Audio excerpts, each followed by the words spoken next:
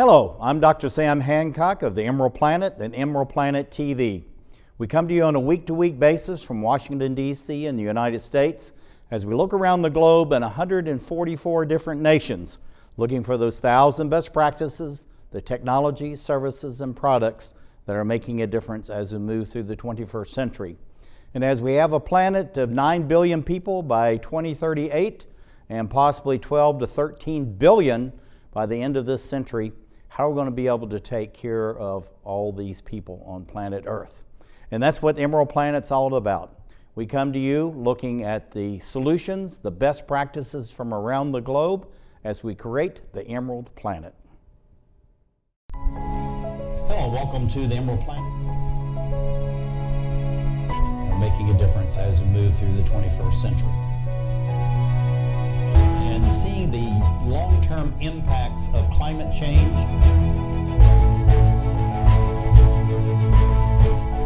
We're glad to have you. Thank you for being with us.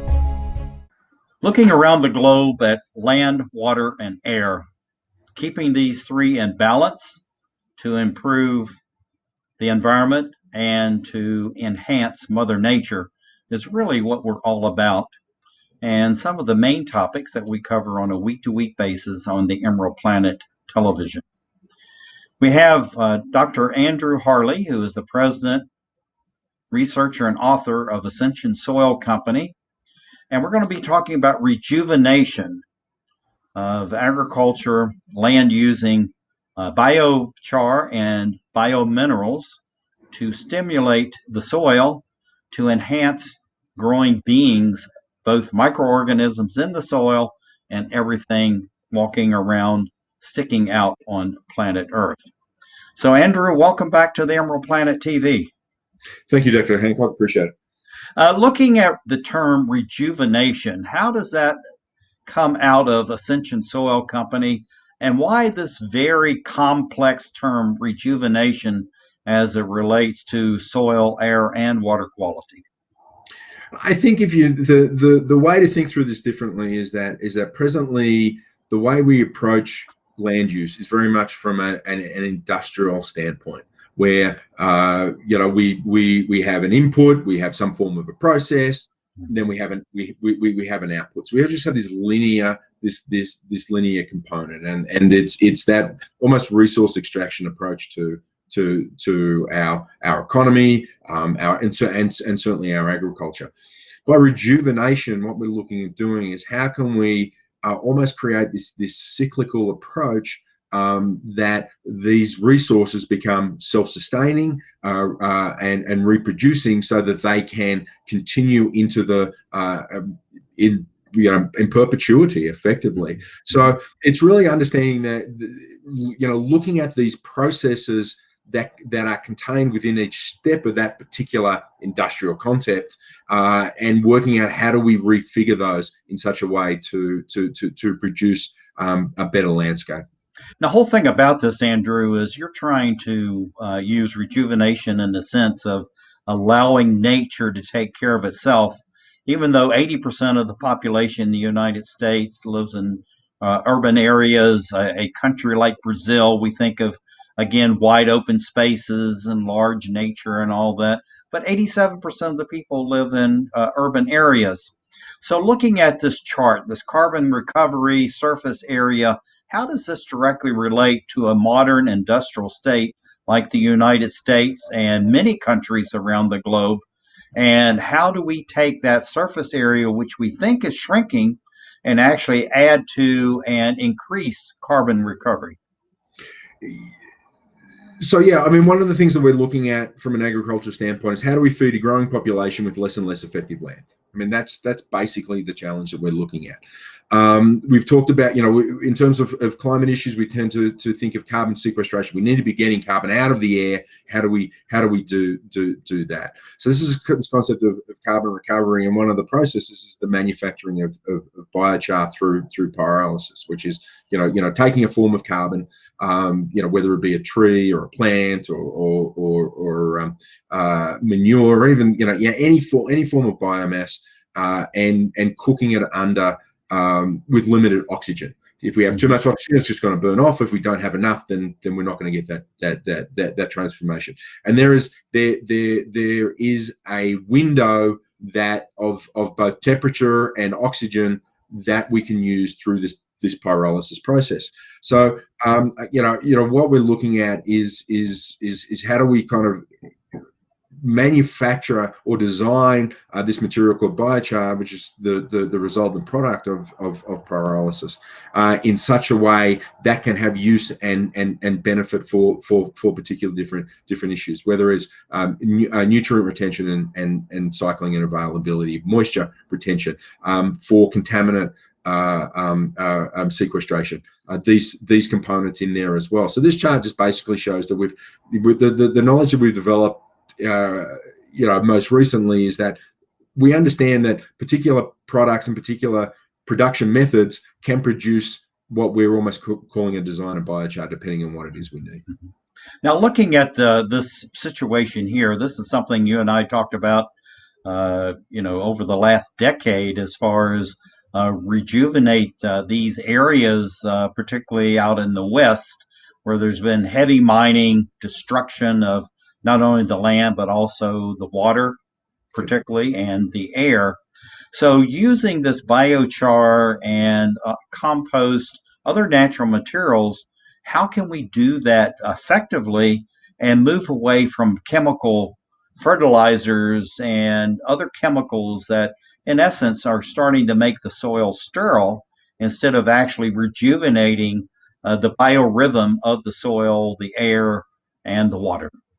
So coming back to your concept of rejuvenation, and that natural process, it's understanding what are the natural processes that operate, under an undisturbed system, and how do we then identify and adjust, for want of a better word, manipulate these particular conditions. In this particular case, this is an old coal mine in Colorado, high altitude. It's at almost 9,000 feet in this, in this regards.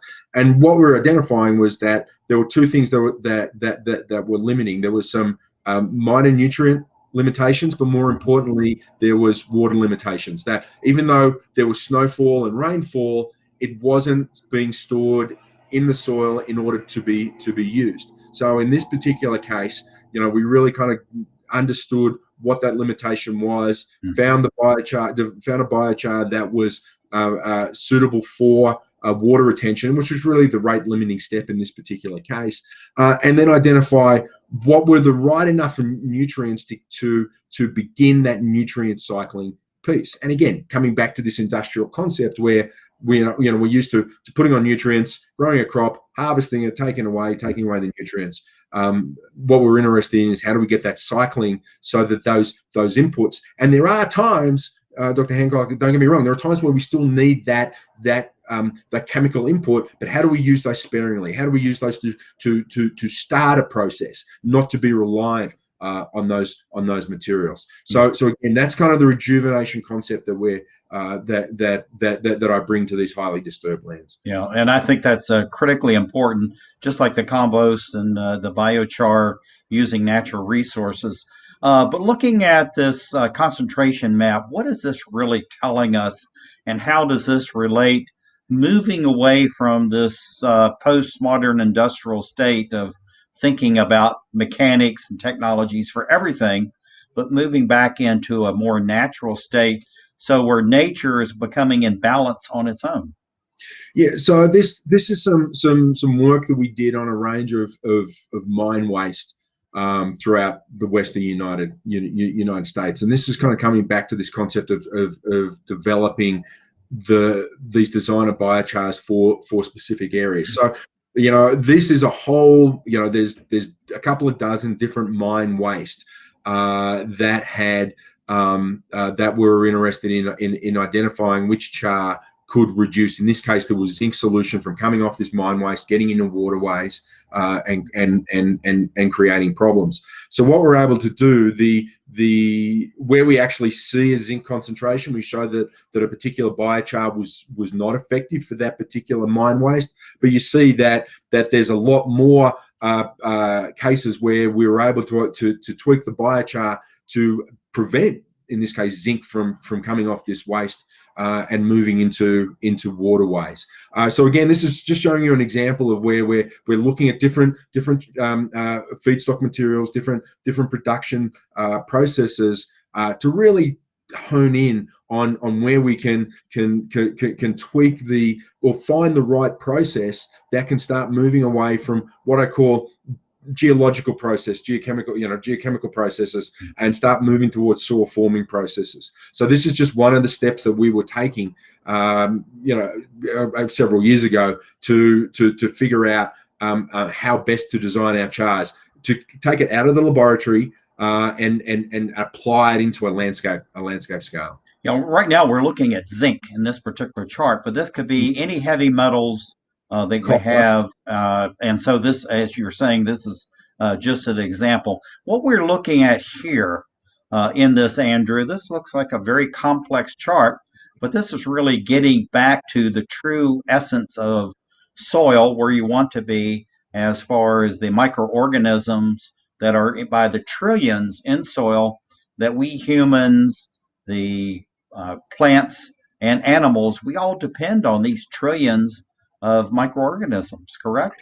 Yeah, this is kind of the next evolution of that particular work. The last slide that I was showing was zinc. I was just looking at purely from a chemical reaction. How do I get a chemical element, zinc, to stay where it is and not be leached? And this is the next evolution of that. We're bringing in understanding then how do we start designing biochar to support microbial activity and microbial work. This particular work was done looking at kind of oil impacted soils, and how do we tweak the biochar to get those right pieces. But there's part of that too is not just the physical structure of it, but then the chemical structure that can support microbial activity. And effectively what we're seeing here, again, if an earlier chart I showed that we've got a range of production temperatures. What we're showing is the higher the temperature, the more that benefits microbial activity in the soil as we're producing it. So again, just kind of another variation of beginning to develop that library of knowledge, or the database, I suppose is a better word rather than library, of knowledge of materials and production, and how can we take this again out of the lab and look at this at a larger landscape scale. I think that's absolutely fantastic. Okay, we're running out of time, so let's look at this one, Andrew. What does this really mean? How does it relate to humans, animals, plants, and the microbes in these three different situations? Then I have one quick question, and we'll be finished for this particular theme. Yeah. So the next stage, I mean, and this is where we really are at the moment. Is there's been a lot of work in the last decade, kind of at that laboratory scale, and we're now moving into that landscape and human development scale. And how does biochar support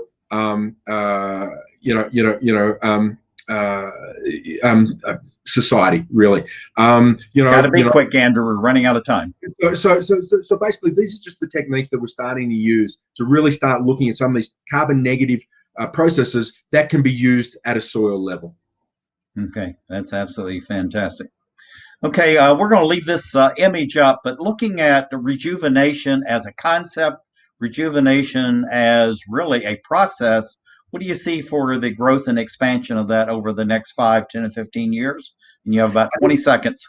I think it's really taking it to the landscape scale. The last decade's been really good at that kind of the laboratory scale. We're now really moving in a kind of not just the pilot scale, but larger landscape scales. And that's, I think, is really exciting work here in the next decade. That's absolutely fantastic. This is Dr. Andrew Harley, president of the Ascension Soil Company, talking about rejuvenation of the soil to balance the soil, the water, and air as we create the Emerald Planet.